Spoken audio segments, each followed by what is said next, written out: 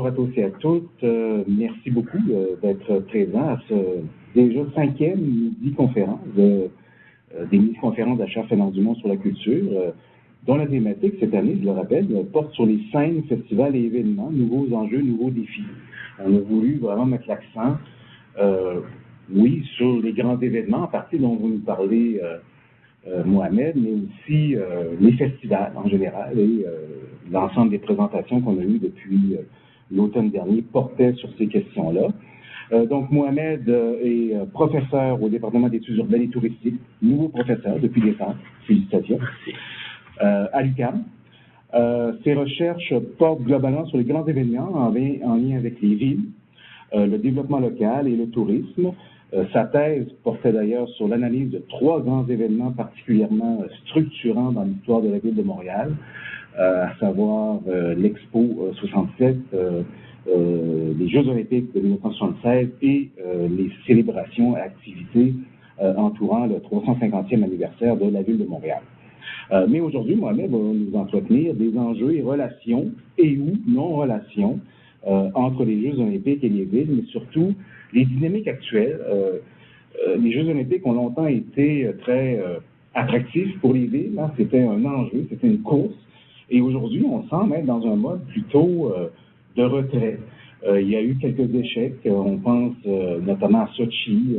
Et quels legs sont laissés par rapport à ces Jeux. Donc, Mohamed va nous discuter de tout cela. Donc, il fera une présentation d'une quarantaine de minutes, et puis après, comme d'habitude, durant nos dernières séances, nous aurons donc une discussion collective tous ensemble.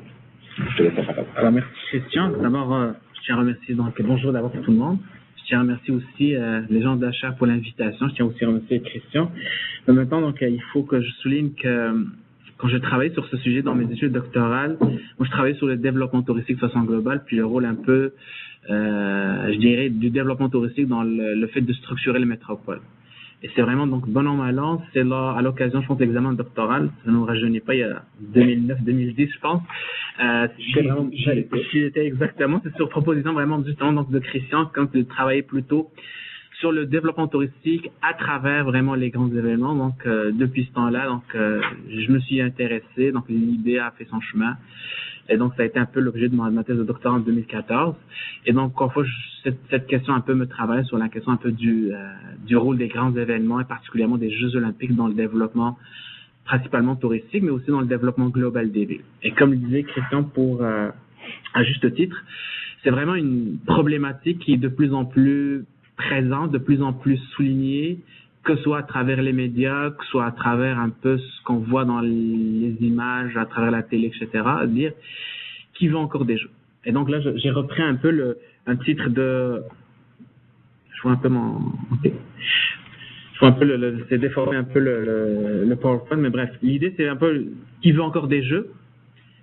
Parce que, comme disait Christian, c'est effectivement, on a l'impression aujourd'hui qu'il y a moins de villes qui se précipitent vraiment pour déposer leur candidature pour accueillir les Jeux olympiques. Et là, moi, je ne fais pas de différence en quelque sorte entre les Jeux d'hiver ou d'été. Pour moi, c'est la même chose en quelque sorte. Donc, c'est vrai qu'il y a vraiment beaucoup de nuances à apporter, mais je dirais sur le plan, je dirais, de l'impact de ces événements sur les villes, ça reste à peu près la même chose. Maintenant, au début, je voulais quand même faire un constat. Est-ce que c'est vrai les villes hésitent de plus en plus à postuler ou s'il y a vraiment une image qui nous est véhiculée à travers vraiment les médias? Donc, c'est ça la question. Alors, je suis allé voir un peu quelles sont les villes hautes qui ont organisé donc, les Jeux depuis 1990. Donc, on peut dire villes hautes ou villes hôtesses, donc les deux sont valables. Et donc, finalement, donc, c'est quand même depuis les années 90, c'est quand même 3 décennies, on est déjà dans la 4e décennie. Et on peut voir, donc, il y a quand même, c'est très diversifié. Mais en même temps, ça reste très concentré dans un certain nombre de pays. Surtout, je pense, les années 90, les années 2000 aussi, donc 2010 jusqu'à aujourd'hui, ça reste concentré de ce que j'ai appelé, les grandes puissances. Donc, c'est-à-dire que la plupart, donc, des pays, donc, des villes qui appartiennent à des pays qui ont organisé les Jeux, c'est des villes, donc, qui appartiennent à des pays, donc, du G7 ou du G20. De deux, l'Europe reste généralement le pays, enfin, le continent qui a accueilli le plus vraiment d'événements depuis les années 90. quand même 7 événements, 7 grands événements, 7 Jeux olympiques depuis 1990, c'est quelque chose quand même assez conséquent pour un continent. Finalement, quand je me dis pour 2024, là on n'a pas encore connu donc le nom de la ville qui va être retenue, quand je vois finalement les villes qui ont le plus de chances, c'est Rome, Paris et Los Angeles. Finalement, à première vue, il y a encore de l'effervescence, donc les gens veulent organiser donc encore des jeux, mais pourquoi on a cette impression qu'il y a de moins de villes qui sont intéressées à postuler justement pour avoir l'organisation de jeux. Alors moi, je fais un peu une analyse un peu différente. Au lieu vraiment d'analyser les villes qui sont retenues donc pour organiser les jeux, je vais aller voir un peu les villes qui se portent candidates. Parce que ça, c'est vraiment une fois que la ville est retenue, la lumière, le projecteur sont de moins en moins sur les villes qui ont soumis leur candidature. Alors, j'ai fait une analyse depuis les années 90 et le constat est quand même assez intéressant. Alors, ça, vous pouvez voir, à partir des années 90, on peut voir qu'il y a même une concentration au niveau de l'Europe. Et ça reste des pays quand même, on est des pays, ce que j'appelle moi les territoires traditionnels des jeux, la France, l'Allemagne, la Grande-Bretagne, le Canada, les États-Unis, donc l'Italie, etc. Donc c'est des villes qu'on connaît pour avoir organisé un certain nombre de jeux. Historiquement, c'est les mêmes villes qui se répètent en quelques années, c'est-à-dire à un intervalle de 20, 30 à 40 d'années. Mais si on voit un peu l'évolution du phénomène durant les années donc 2000, on peut voir ce que j'appelle moi les nouveaux territoires. Alors, les nouveaux territoires, vous pouvez voir par exemple que la Turquie donc, va s'imposer de plus en plus comme un joueur qui va postuler de plus en plus pratiquement à chaque année. L'Afrique du Sud, l'Égypte, en Asie, des pays comme la Thaïlande, la Malaisie, et vous avez été, ça a fait c'est farfelu, le Cuba, qui a été candidate à 2 fois. Donc, je dis, le focus sur les villes candidates plus que sur les villes retenues permet vraiment de faire ressortir un certain nombre d'intérêts, puisque comme on va le voir maintenant dans le cas de Pyeongchang qui va accueillir les Jeux de 2018. Donc et là, ils sont quand même comme ville candidate depuis quand même pratiquement une dizaine d'années. C'est sûr qu'on n'en parle pas parce que c'est pas une ville qui a été retenue. C'est-à-dire que mon objectif, c'est de dire, est-ce qu'il y a une dizaine, vingtaine d'années, c'est ces villes-là qui pourraient éventuellement organiser les Jeux parce que là, ils vont au fur et à mesure du temps, donc ils vont acquérir de l'expérience, ils vont apprendre un peu de l'échec de leur dossier, etc. pour construire un dossier de plus en plus solide. Si je vais donc aux années, donc la dernière décennie de 2010 jusqu'à 2018, puisqu'on connaît jusqu'à aujourd'hui donc les villes retenues, on voit encore, il y a toujours donc des nouveaux territoires. Maintenant, c'est plus de l'Europe de l'Est et l'ex-URSS. On voit donc des pays comme la Bosnie-Herzégovine, donc l'Autriche, la République tchèque, le Kazakhstan, où la ville d'Allemagne était finaliste pour l'accueil des Jeux de 2008. Donc, Pékin a gagné par 4 voix de différence par rapport à Allemagne. Qatar, on entend c'est donc un pays qui se place, qui veut vraiment avoir sa part du gâteau en quelque sorte, qui va d'ailleurs organiser la Coupe du Monde de soccer de 2022. Et bien évidemment donc la Corée du Sud, donc qui a commencé à partir de ce moment. Et finalement, comparé pour voir les 3 prochaines éditions, on voit encore que le Qatar est encore là, la Turquie est encore là, le Kazakhstan est encore là, la Russie bien évidemment, l'Ukraine, la Hongrie, donc aussi donc pas mal de pays de l'Europe de l'Est, la Pologne aussi, qui continuent d'être présents à solliciter vraiment donc la venue des Jeux sur leur territoire. Bien sûr, il y a toujours les joueurs traditionnels, la France, les États-Unis sont très fortement impliqués.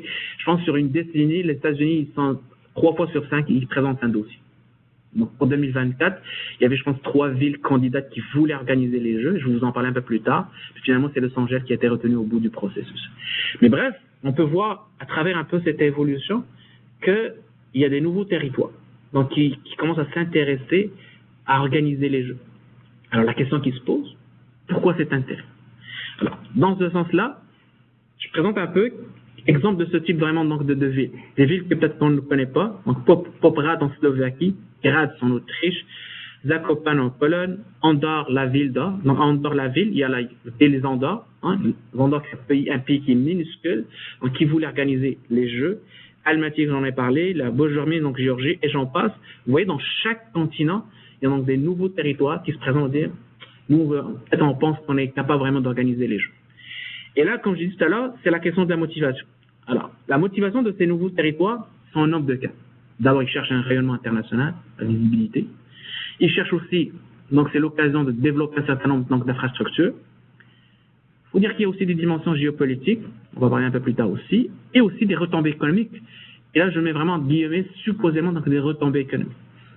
Alors, je ne sais pas si vous avez une idée quand je parle un peu donc de visibilité, de rayonnement international, avez-vous une idée? Les Jeux Olympiques sont vus par combien de personnes à travers le monde? Un chiffre? Oui. 1 milliard. Alors, dans les donc, à Pékin, c'était 4,7 milliards de personnes qui ont vu les Jeux. Alors, vous comprenez qu'en termes de visibilité, c'est assez énorme. Alors, parce qu'en plus, au-delà du chiffre, donc plus je dirais le bassin plus de téléspectateurs écrans, plus ça ramène donc des fonds en termes au niveau publicitaire, plus ça ramène donc de l'intérêt sur le plan touristique, plus ça ramène aussi vraiment une certaine image. Là, on parlait tout à l'heure de la question géopolitique. C'est sûr que Pékin, au bout du compte, a été perdant sur le plan purement financier. Mais vous comprenez que l'objectif de Pékin d'organiser les Jeux, c'est sera purement symbolique, de dire que nous aussi, on est capable vraiment de faire un événement de grande ampleur, un peu à la limite, on peut défier un peu ce que l'Occident est en train d'organiser. Donc c'est un peu dans cette défiance, vraiment de l'Orient vis-à-vis de l'Occident, et Pékin voulait démontrer aussi sa puissance économique, sa puissance vraiment donc en termes d'infrastructure pour démontrer. Et c'est vrai que quand on s'est rendu sur le terrain, le changement a été quand même radical au niveau des infrastructures. Maintenant, la question qu'on va poser un peu plus tard, est-ce que ça vaut la peine? Est-ce que l'argent qu'on a investi dans ce type vraiment d'événement vaut le coup? Et vous comprenez que c'est un peu cette logique, ce questionnement, il peut être posé aussi pour tout type d'événement. Au-delà un peu des grands événements, pensez vraiment à des festivals. D'ailleurs, si vous remarquez, maintenant je pense que la saison des festivals va bientôt commencer à partir du mois de mai, et on va commencer toujours la question qui va revenir au niveau des médias, sur la question des retombées économiques des festivals, est-ce que ça vaut le coup vraiment de mettre des subventions, le rôle des gouvernements à l'intérieur, etc. C'est un débat qui revient à chaque année. Donc la question il reste posée. Alors donc d'abord la question du rayonnement international pour les nouveaux territoires. Deuxièmement au niveau des infrastructures, je donne un peu l'exemple à Sochi. Et je vais revenir, le cas de Sochi est quand même assez intéressant. Ils ont fait un investissement quand même de 206 millions de dollars pour développer un peu l'aéroport international pour accueillir donc des personnes qui viennent de l'extérieur pour une quinzaine de jours. On a dépensé 206 millions de dollars, sachant que c'est un aéroport, c'est vrai, à dimension internationale, mais c'est un aéroport qui va recevoir grosso modo 3-4 millions donc, de personnes, donc de visiteurs, de passagers tout au long de l'année, comparativement mettons, à l'aéroport de Montréal, qui reçoit pratiquement donc 15 millions de visiteurs à chaque année. Alors, vous comprenez que mettre 206 millions de dollars sur un tel projet, ça peut paraître vraiment donc absurde, c'est pas justifié pour un événement qui va avoir lieu pendant 15 jours. Et encore. Mais en même temps, sur le terrain, c'est vrai que les Jeux Olympiques permettent de développer les infrastructures. Et encore plus valable dans un contexte de nouveaux territoires, de pays émergents qui saisissent cette occasion pour encore une fois consolider leurs infrastructures, pour aller de l'avant avec des grands projets structurants. Mais la question qui se pose, encore une fois, est-ce qu'on pourrait faire autrement? Et donc ça, c'est quand même au niveau donc, des infrastructures. La troisième dimension, c'est au niveau des retombées économiques. Pour faire un tableau positif quand même, en termes de retombées économiques, si je vois un peu, remonte à Los Angeles, donc en 1984, quand même, le projet a laissé une belle somme à la fin, donc de 225 millions de dollars de profit. Et si je donne l'exemple de Vancouver, plus tard en 2010, il y en a quand même 15 millions de dollars de profit. Effectivement, il peut y avoir donc des retombées positives, donc que ce soit vraiment en termes de contribution au PIB, que ce soit vraiment en termes de bénéfices, mais comme on dit, vraiment le diable est dans le détail. Là, par la suite, il faut voir c'est comment a été géré donc les Jeux de Los Angeles versus les Jeux vraiment dans Vancouver. Quelle est vraiment la meilleure formule pour avoir le plus de retombées possibles. Mais a priori, les pays émergents, quand ils regardent un peu les grands événements, c'est avec ses aspirations. Je vais avoir plus de visibilité, qui va se retourner en quelque sorte de façon positive sur le rayonnement de la ville, avec plus de touristes pour les années qui suivent. Ils vont regarder aussi la question des retombées économiques, parce que c'est effectivement, donc, ils ont besoin vraiment un peu de mousser leur économie. Donc ça, c'est l'occasion rêver vraiment d'avoir un grand événement qui va avoir des retombées économiques sur l'économie locale. Et bien sûr, des dimensions politiques et géopolitiques, comme nous allons qui vont différer d'une région à l'autre, comme ça a été le cas en Russie, comme c'était le cas en Chine, et comme ça sera le cas pour les prochaines années. Alors ça, c'était quand même pour les pays émergents. L'autre question qui se pose, par rapport au constat que j'ai fait au début, pourquoi donc les pays dits traditionnels, les pays occidentaux, ils veulent encore organiser des Jeux. Voilà. Des questions très simples. Donc, d'abord, il y a parfois des opportunités pour revitaliser un certain nombre de quartiers. Il y a un quartier qui a besoin vraiment d'être défriché, qui a besoin vraiment d'être moussé, c'est l'occasion un peu de régénérer un peu un certain nombre d'espaces. C'est l'occasion rêvée vraiment de le faire. D'ailleurs, vous allez écouter un peu tous les politiciens qui vont être porteurs de ce dossier. C'est un peu la principale motivation qu'ils vont mettre de l'avant dans leur dossier. C'est vraiment vis-à-vis de la population locale. On dit que nous avons besoin maintenant de restructurer tel quartier. Ça a été le cas à Barcelone. Ça a été le cas, par exemple, à Londres, où on va voir, dans l'est de Londres, c'est vraiment donc les jeux ont servi pour, encore une fois, repenser, je dirais, la structure de tout l'est vraiment de Londres, avec tous les retombées positives qu'il y a eu autour de l'événement. Donc, il y a quand même un effet au niveau donc de l'espace. Il y a aussi une augmentation du pouvoir de la ville. Si je prends un peu l'exemple de 2012, les deux villes qui étaient vraiment finalistes, Londres et Paris. Donc, probablement que si vous connaissez un peu le contexte européen, il y a vraiment une lutte affinée entre Londres et Paris. Chaque année, il y a vraiment, il y a tout un débat sur c'est quelle est la première ville qui reçoit le plus de touristes, etc. Puis ça va dépendre de la méthode de calcul. Mais bref, on comprend que si vous organisez un événement donc de la trempe des jeux, en termes de pouvoir d'influence, vous avez plus, je dirais, une ascendance sur votre concurrent direct. Mais quand même, ça va aussi permettre de positionner la ville dans ce qu'on appelle un peu les villes globales, donc dans ce premier rang des villes globales. Donc les grands événements, donc ils s'insèrent un peu dans cette stratégie. Et finalement, augmenter l'attractivité économique.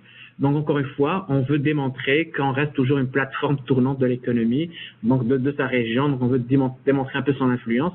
Et donc la dimension économique est aussi présente. Mais vous comprenez que pour des villes comme Paris, comme pour Londres, comme pour Los Angeles, New York, etc., on n'a pas nécessairement besoin d'un grand événement pour développer l'attractivité économique.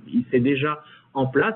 Maintenant, c'est vraiment un événement qui va aller de plus, qui va essayer d'aider un peu ces villes à aller de l'avant, mais c'est pas le premier, je dirais, argument qu'on va mettre sur la table. Donc, quand je mets un peu les deux postulats en opposition, donc, d'une part, les pays émergents qui ont des intérêts, qui ont des motivations différentes, versus les villes donc, traditionnelles, les villes qui organisent traditionnellement donc, des jeux qui veulent toujours accueillir. Donc, les villes, la question qui se pose, pourquoi ces villes, ils vont insister quand même, pour 2027, comme je l'ai souligné tout à l'heure, donc il y a 3 villes, Paris, Rome, Rome, Paris et Los Angeles qui organisent, donc qui sont les villes favorites pour être donc finalistes je dirais pour le vote final. Pourquoi ils vont encore une fois hésiter à postuler et à demander vraiment l'organisation des Jeux? Alors, vous comprendrez que il y a l'environnement politique, économique et social a changé depuis quand même les 20-30 dernières années. Premier élément, c'est d'abord la contestation populaire. C'est-à-dire que c'est un élément qui n'est pas nécessairement nouveau. C'est-à-dire là, si je sais pas, peut-être vous êtes un peu jeune, mais pour un peu plus jeune que ça, vous vous rappelez à Montréal, il y avait quand même une opposition à l'organisation des Jeux de 1976. Sauf que il n'y avait pas, donc, je dirais, l'effet médiatique n'était pas aussi important qu'elle est aujourd'hui. Il n'y avait pas de réseaux sociaux. Et on pouvait se dire qu'aujourd'hui, la visibilité, la place qu'on donnait vraiment à l'opposition n'était pas assez forte. À Montréal, donc, le maire Drapeau, donc, avait quand même une grande influence à l'époque. Et donc, les oppositions étaient en quelque sorte marginales au début, vraiment, lorsqu'on a voulu vraiment déposer le dossier. Là, je parle vraiment des années 60-67, lorsqu'on a commencé vraiment à faire les premières démarches pour organiser les Jeux. L'autre exemple, c'est celui de Boston. Donc, aujourd'hui, je parlais tout à l'heure donc, de l'Allemagne. Le premier image, c'était vraiment donc, de Hambourg. Ils sont retirés suite tout simplement à un vote. Ils ont fait un référendum populaire qui a été négatif. Donc, les gens ne voulaient pas organiser vraiment les Jeux. C'est le cas de Oslo aussi. Et c'est le cas dernièrement donc, de Boston, qui était vraiment avec Los Angeles les 2 dernières villes qui étaient retenues par le comité olympique américain pour organiser les Jeux. Finalement, Boston s'est retiré parce qu'il y avait un manque de soutien populaire et surtout, il y avait aussi, donc le maire de la ville a refusé de signer un engagement comme quoi s'il y a un déficit, la ville va l'assumer. Donc, prenons compte un peu de ces considérations qu'il y avait vraiment, je dirais, un désaveu de la population et donc Boston s'est retiré quand même, vraiment vers la dernière minute. On aurait aimé avoir les Jeux à Boston, c'est tout présent. Ça a été un peu un bon pour nous. Le deuxième élément que j'appelle moi le syndrome de l'éléphant, c'est-à-dire que une fois que les Jeux sont terminés, que vous n'avez plus les projecteurs, qu'est-ce qui se passe? Comme on voit ici sur les images de Sochi, une ville déserte. À Montréal, on est particulièrement sensible à cette question. Hein? On se pose jusqu'à aujourd'hui qu'est-ce qu'on fait avec le stade. C'est un peu la même question. Donc là, on le voit, une ville donc, qui a accueilli, donc, qui était en pleine ébullition pendant la période des Jeux. Une année après, c'est pratiquement désert. Vous pouvez voir encore quelques courageux qui font encore la file pour aller avoir quelques attractions, mais ça reste quand même une ville qui est très, très, très peu fréquentée. Donc, malgré un peu ce que le gouvernement russe va faire essayer de croire qu'on peut y a un développement touristique, c'est vrai qu'il y a un développement sportif à Sochi, parce qu'il y a une équipe du jour au lendemain qui était un peu une équipe de hockey, donc du jour au lendemain qui est passé, je pense, du petit vraiment, donc qui est parti, fait partie maintenant de la Ligue nationale russe et qui fait que représente Sochi. Mais bref, on ne peut pas dire que les investissements, donc sur le plan touristique, ils ont été rentables, parce qu'on est encore une fois dans des villes où il y a vraiment un certain nombre d'infrastructures qui ont été développées supposément pour développer un certain nombre de tourisme. Finalement, ce tourisme n'arrive pas. Et tous les pays donc, qui avaient investi, enfin, les groupes hôteliers qui avaient investi à Sochi avec la garantie comme quoi il y aura du développement touristique plus tard, finalement, ils se sont retrouvés dans la dure réalité que leur taux d'occupation est redescendu en bas de 30-20%. C'est pas avec ça que vous allez vraiment faire vivre un hôtel en quelque sorte. On a essayé d'organiser le Grand Prix de la Formule 1 en octobre pour perpétuer donc un événement qui va être là permanent, mais ça risque encore une fois, la F1 c'est vraiment un événement donc de 3 jours. Donc il n'y a pas eu cette dynamique touristique qui a été créée autour de ce pôle d'attraction. Les retombées économiques, les soi-disant retombées économiques, alors on a toujours peur d'organiser des jeux, puis à la fin des jeux, sortir avec des déficits astronomiques. Donc, quelques exemples par le passé, Tokyo 2,7 milliards, Montréal 1,2 milliards, Turin, donc juste en 2006, 86 millions de dollars. C'est quand même, c'est pas la norme, mais il y a le risque est quand même assez conséquent de vouloir organiser des jeux et de dire à la fin que je vais faire un surplus, je vais faire en quelque sorte de l'argent. Et d'autant plus que dans une étude qui a été faite par Richie Smith, ils ont démontré, en fait, une étude longitudinale sur plusieurs années, ils ont démontré que finalement, il y a un intérêt pour la ville dans les premières années, vraiment dans l'année qui précède les jeux, mais juste après vraiment l'organisation des jeux, juste l'année qui suit, il y a vraiment une baisse significative vraiment de l'intérêt pour la ville. C'est normal parce qu'il y a la nouvelle ville qui va organiser les jeux, il va prendre le relais, donc l'intérêt médiatique capté par l'autre jeu. Donc finalement, si vous n'avez pas une politique qui est vraiment sur le long terme, vous disparaissez des radars touristiques très rapidement. Et donc vous comprenez que tenant compte un peu de ces éléments, donc la question donc des retombées économiques qui ne sont pas nécessairement certains, la question aussi de la peur d'avoir des infrastructures qui finalement ne seront plus réutilisées, et finalement aussi la question donc de la visibilité internationale. D'ailleurs, vous avez vu quelques mois avant Sochi, il y avait quand même une publicité assez négative, des photos qui fusaient un peu sur le web, comme quoi les procès n'étaient pas encore prêts, à quelques jours, à 3 jours de l'événement, il y avait encore des hôtels en pleine construction, et donc ce que vous espériez comme événement, comme visibilité positive, finalement, ça peut se retourner en termes d'image. On ne peut pas dire que c'est un événement. Donc, c'est un pari qui est risqué c'est un pari qui est vraiment safe en quelque sorte à 100%. Il y a un risque à prendre. Donc, tenant compte un peu de ces éléments-là, moi, je me suis dit, j'ai fait une réflexion là-dessus pour dire, pour réussir les jeux, de quelle façon il faut procéder. Ben, moi, un peu, mon approche, c'est toujours à travers la gouvernance. Moi, je dis toujours, si vraiment il faut intégrer les jeux dans une perspective qui est plus globale, l'événement, je dirais, je te rappelle, moi j'avais travaillé un peu là-dessus sur le niveau donc, de ma thèse, je veux dire, le mot événement, par définition, ça veut dire vraiment, c'est un mot éphémère. D'ailleurs, l'événement en tant que tel, c'est un phénomène qui est éphémère. Vous avez un festival qui durait pour 3-4 jours, pour une semaine, 2 semaines, par la suite il va disparaître. Alors la question qui se pose, comment vraiment faire... La conférence va se terminer dans moins de 10 minutes. Parfait. La question qui se pose, donc, comment vraiment faire durer, pérenniser les effets de cet événement sur le long terme. Alors, et moi, un peu ma position, ma posture, de dire, la meilleure façon de faire, c'est vraiment d'intégrer ça de façon, je dirais, au niveau de la gouvernance. Ça veut dire, il faut intégrer la dimension touristique au niveau de la gouvernance. C'est-à-dire que lorsque je commence à planifier les jeux, je dois y penser que ce que je dois faire après les jeux avec les infrastructures. Mais, force est de constater que même si ce sujet qui a été soulevé dès les années 67 à Montréal, c'était vraiment donc, malheureusement, on s'est distingué de façon malheureuse à ce niveau, cette question reste encore d'actualité. À titre d'exemple, le comité, je dirais, d'organisation et le comité de réflexion de Pékin 2008, on pouvait le voir, La notion vraiment de post-olympique ou vraiment de touristique n'est même pas vraiment à l'ordre du jour et n'est même pas sur n'importe quel comité. Encore une fois, ça explique encore une fois pourquoi, si vous êtes allé à Pékin, je pense, après les Jeux, vous allez voir, on a construit vraiment une ligne de métro dédiée spécialement, encore une fois, pour arriver vraiment au stade. Finalement, ce stade aujourd'hui est vraiment désert. Il y a quelques touristes, quelques milliers de touristes qui vont venir visiter le stade aujourd'hui.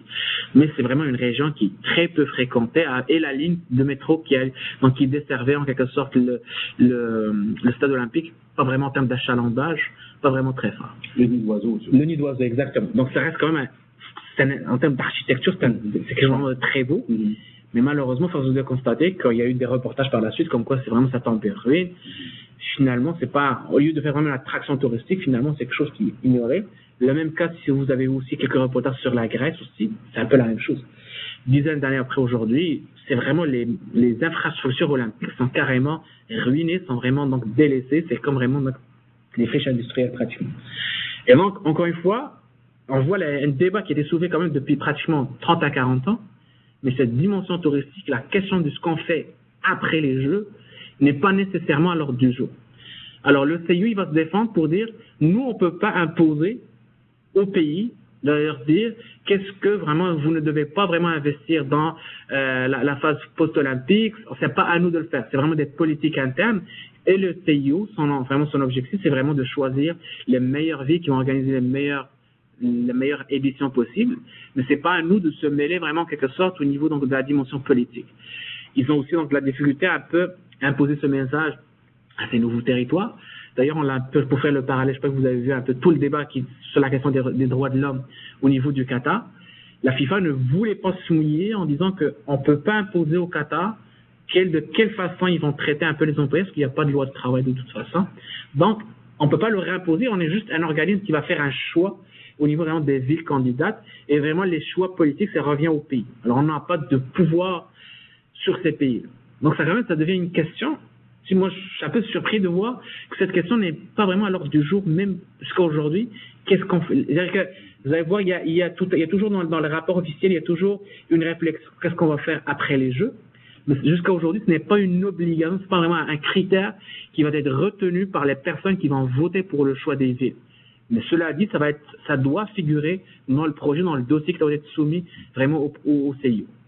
Et donc, une fois que cette question un peu touristique traitée, l'autre question, c'est l'implication citoyenne.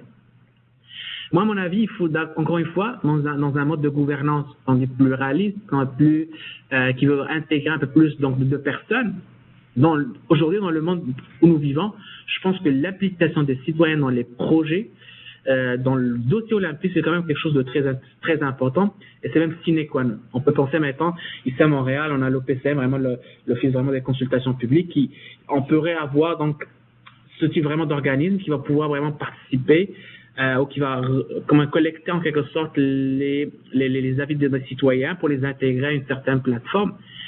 Mais moi, je me dis encore une fois, vous imaginez si aujourd'hui à Montréal, on voulait organiser les Jeux en passant par cette voie, je pense que probablement ça n'aura lieu jamais, ou ça prendrait peut-être 4 ou 5 ans juste pour vraiment mener une réflexion.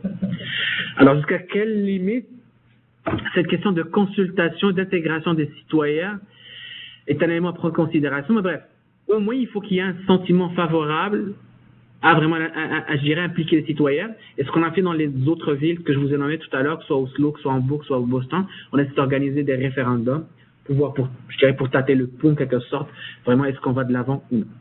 Le troisième élément un peu, donc, quelque chose je dirais qui est propre ici au doctorat en études urbaines, c'est vraiment la question du projet urbain. Vous ne pouvez pas vraiment intégrer ce type vraiment d'infrastructure dans un cadre qui soit isolé d'un projet urbain. Il faudrait intégrer vraiment ce type d'événement, donc d'infrastructure, dans une vision à plus long terme. L'exemple parfait, moi, que je donne souvent, c'est l'exemple de Barcelone, où justement, donc le choix des infrastructures, de l'emplacement des infrastructures a été fait en fonction des besoins de chacun des territoires à Barcelone. On va dire, mettons, tel territoire a besoin plutôt d'un bassin olympique, tel territoire va avoir besoin plutôt d'un terrain donc de soccer, etc. Et donc là, on voit que par la suite, une fois que l'événement est terminé, il y a vraiment une réutilisation jusqu'à aujourd'hui, vraiment de ces installations olympiques. Mais tout ça, ça a été intégré encore une fois dans le cadre d'un projet urbain. Ça coïncidait avec vraiment le maire Maragall à l'époque, dans les années 80, qui voulait vraiment faire de la ville, vraiment de Barcelone, une capitale européenne assez importante. Par autant, c'est toujours une dimension géopolitique. Il voulait défier le pouvoir à Madrid. Donc là, il voulait vraiment faire comme quoi Barcelone était capable aussi vraiment de défier le pouvoir central dans une province aussi qui ressemble beaucoup à la nôtre, donc qui a des aspirations aussi donc d'indépendance. Donc le parallèle que je fais entre Montréal et Barcelone est assez intéressant.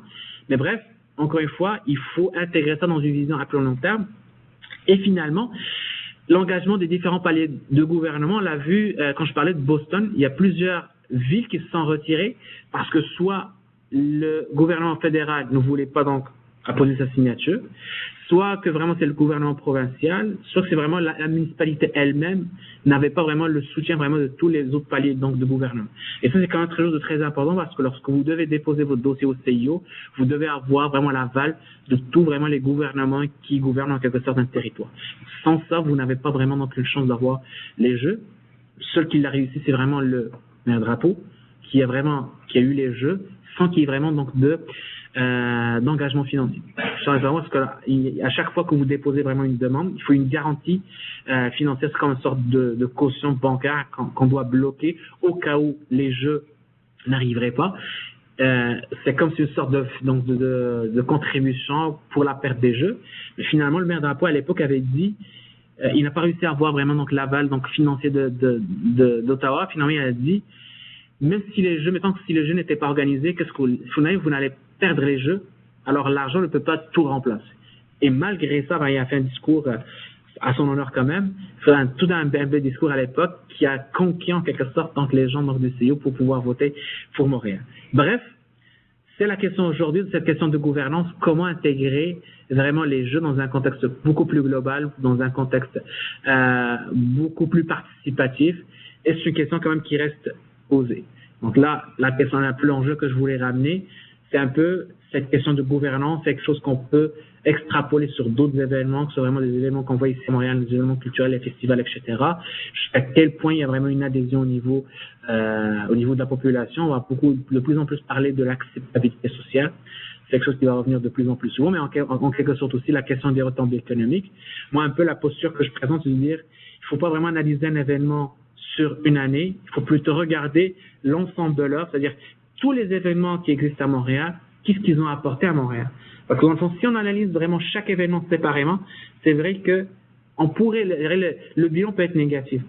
Mais par contre, on ne peut pas nier que lorsqu'il y a vraiment un projet, donc il y a un événement qui est intégré dans une vision plus globale, la somme peut faire en sorte qu'il y a une certaine effervescence, qu'il y a une dynamique. On ne peut pas nier que les événements à Montréal depuis les années 80 jusqu'à aujourd'hui, ils ont quand même créé une certaine effervescence et un positionnement de Montréal métropole culturelle, au-delà de la nuance sur le concept de métropole culturelle. Mais bref, il faut avoir une vision beaucoup plus long terme. Et c'est ça le problème qu'on a avec les jeux aujourd'hui, c'est que on est tellement focusé sur le retour à très court terme, le retour sur investissement. Pourtant, les investissements qu'on est en train de mettre sur la table, c'est des investissements qui sont supposés servir pour les 20, 25, 30 prochaines années. Mais par contre, l'évaluation qu'on fait, c'est une évaluation très court terme. Je comprends tout à fait pourquoi, dans un contexte de rigueur ou d'austérité, comme vous le préférez, on va vouloir vraiment dire, est-ce que le dollar qu'on va investir aujourd'hui, est-ce qu'il est rentable? Est-ce que peut-être vaut mieux le placer, comme on parlait tout à l'heure, en éducation, vraiment en santé, etc. Ou bien ça vaut le coup, maintenant, d'investir 100 milliards de dollars dans un projet qui, soi-disant, structurant, et finalement, on n'est pas certain si il va avoir les retombées qu'on souhaite.